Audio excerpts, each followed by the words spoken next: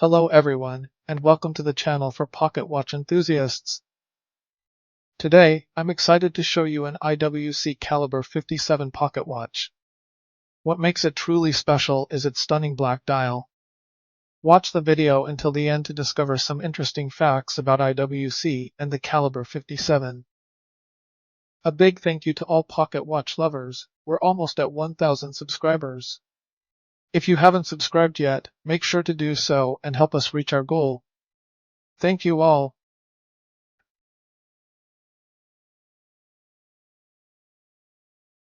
The IWC, International Watch Company, originated in Schaffhausen, Switzerland, and was founded in 1868 by Florentine Ariosto Jones, an American watchmaker. Jones was an experienced watch industry entrepreneur in the United States and wanted to produce high-precision watches by combining Swiss craftsmanship with modern American production techniques. He set up the company in Schaffhausen, in northeastern Switzerland, taking advantage of the Rhine River's hydropower to run the machinery. These pocket watches defined IWC's identity and laid the technical foundation for the wristwatches it would later produce. Up until World War I, pocket watches remained the company's main product, serving both civilian and military use. Pocket watches defined IWC's identity and laid the technical foundation for the wristwatches it would later produce. Up until World War I, pocket watches remained the company's main product, serving both civilian and military use.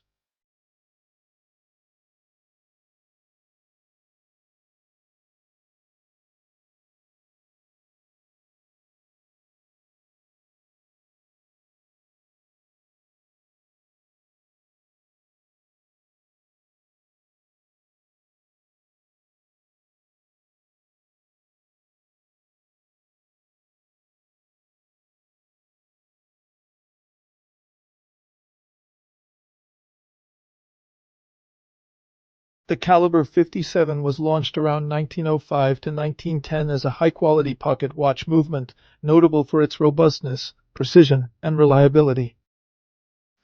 It was originally designed to complement the Caliber 56, together forming Lapine and Savonnette movement types, with the balance wheel located at 6 o'clock on the Caliber 56 and at 9 o'clock on the Caliber 57.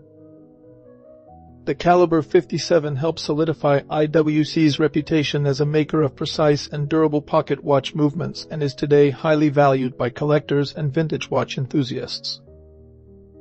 It was a high-end caliber with a Swiss lever escapement, manual winding, and in some versions, refined finishing on the bridges and plates. Some models included a subsidiary seconds hand, showcasing IWC's attention to engineering detail.